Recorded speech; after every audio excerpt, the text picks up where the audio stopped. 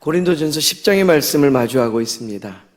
하나님께서 바울을 통해서 고린도 교회 성도들에게 이스라엘의 역사를 교훈으로 삼으라고 권면하는 장이 오늘 고린도전서 10장의 내용입니다. 바울은 광야에서 하나님의 은혜를 받은 이스라엘 백성들임을 상기시킵니다. 그러면서도 그들의 걸었던 걸음 안에 불순종이 있었고 우상 숭배로 말미암아 결국은 그들은 멸망하고 말았다라는 안타까운 일들을 상기시켜 주죠. 신약에 이제 시작된 교회가 동일한 잘못을 반복하지 않도록 경고하는 말씀의 내용이 담겨져 있습니다. 어느 주석가는 이 고린도전서 10장을 경고와 위로가 함께하는 장이다 라고 들려줍니다.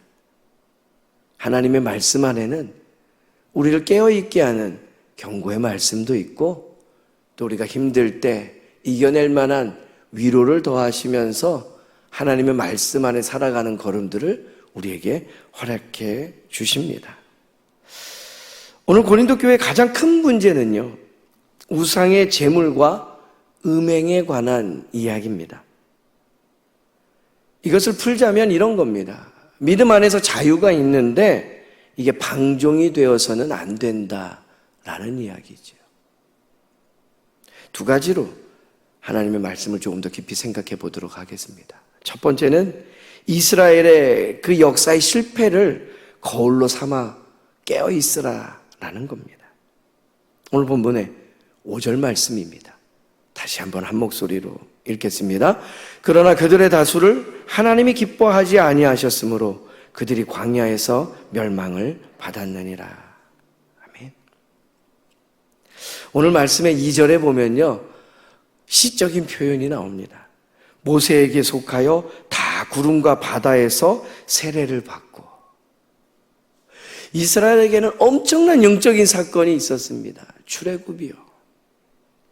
하나님의 임재를 상징하는 구름이 있었고, 홍해를 육지처럼 건넜던 놀라운 일을 경험한 사람들입니다. 그것을 세례를 받았다, 하나님 편에 속한 자로서 인증을 받았다라고 표현을 하고 있는데, 문제는 그러함에도 불구하고 우리가 조금 전 다시 읽었던 5절 말씀처럼요, 그들의 다수는 하나님이 기뻐하시지 않는 일에 마음을 두고 광야에서 결국은 멸망을 받을 수밖에 없었더라라는 거예요. 은혜를 받았음에도 불구하고 우상 숭배와 음행과 원망하는 것들로 가득 찬 인생을 살면서 광야에서 죽을 수밖에 없었던 이스라엘 백성들, 그 역사를 교훈 삼아 깨어 있으라라는 거죠. 출애굽기 32장의 말씀에 보게 되면요, 모세가 하나님의 임재 앞에 나아갔을 때 기다리던 그들은 하나님을 대체할 만한 금송아지를 만듭니다. 그리고 그 앞에서 춤을 추는 사건들을 우리가 알고 있지요.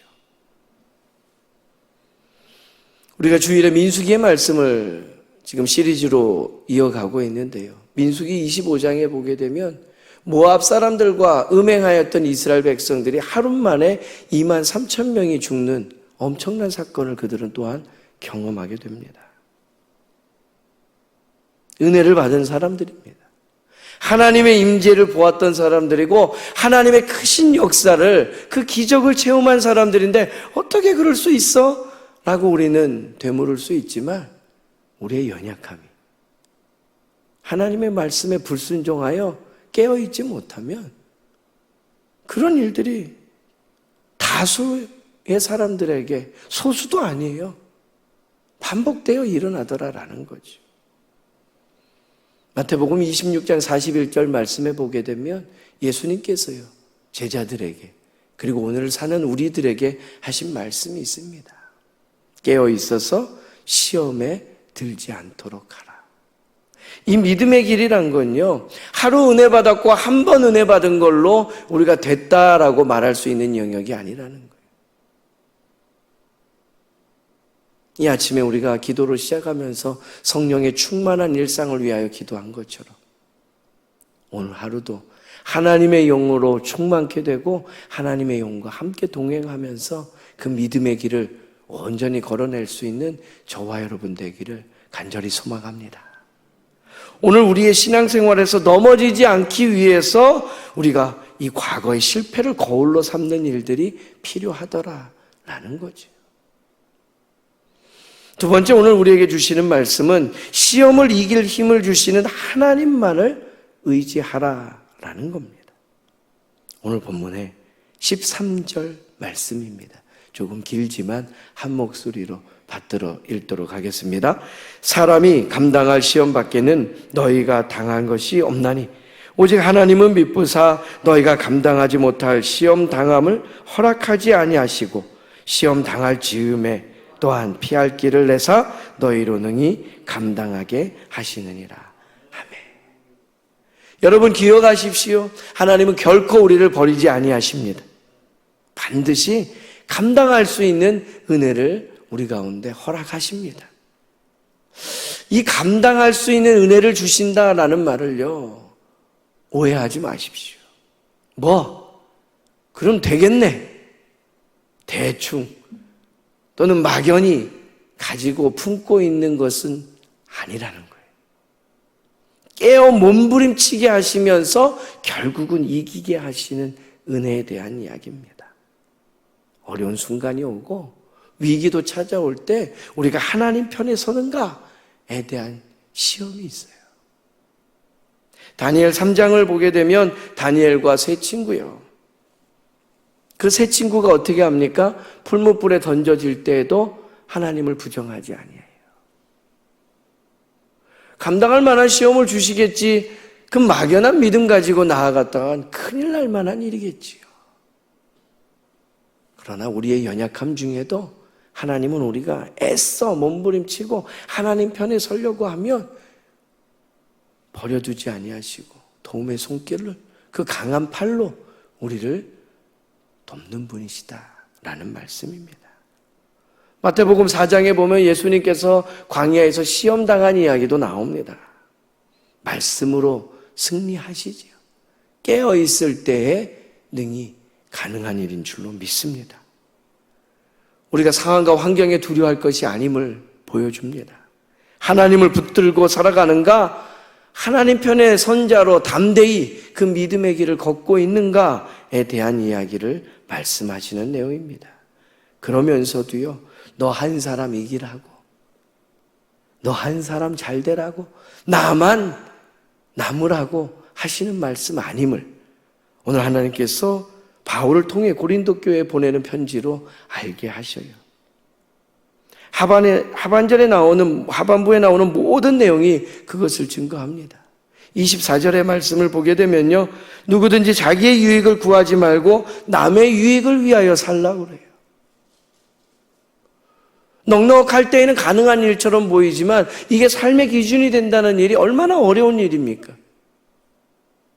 예수님을 닮지 않고는 이타적인 삶으로 우리는 살아갈 수 없는 존재들입니다. 은혜 아래 오늘도 살아가지 않는다면, 십자가가 무엇인지를 깨닫지 못한다면 결코 어느 한순간도 우리는 이기적인 것들을 벗어날 수 없는 존재들이에요. 그런데 우리의 삶의 걸음을 모든 것이 덕을 세우는 일을 위하여 살아가라는 거예요. 31절 말씀까지 가보십시오. 다 하나님의 영광을 위하여 하랍니다.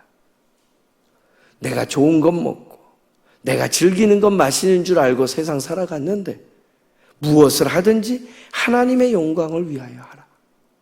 정말 그 기준이 하나님께 두고 살아갈 수 있겠습니까?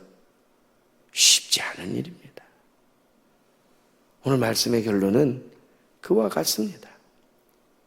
역사가 무엇입니까?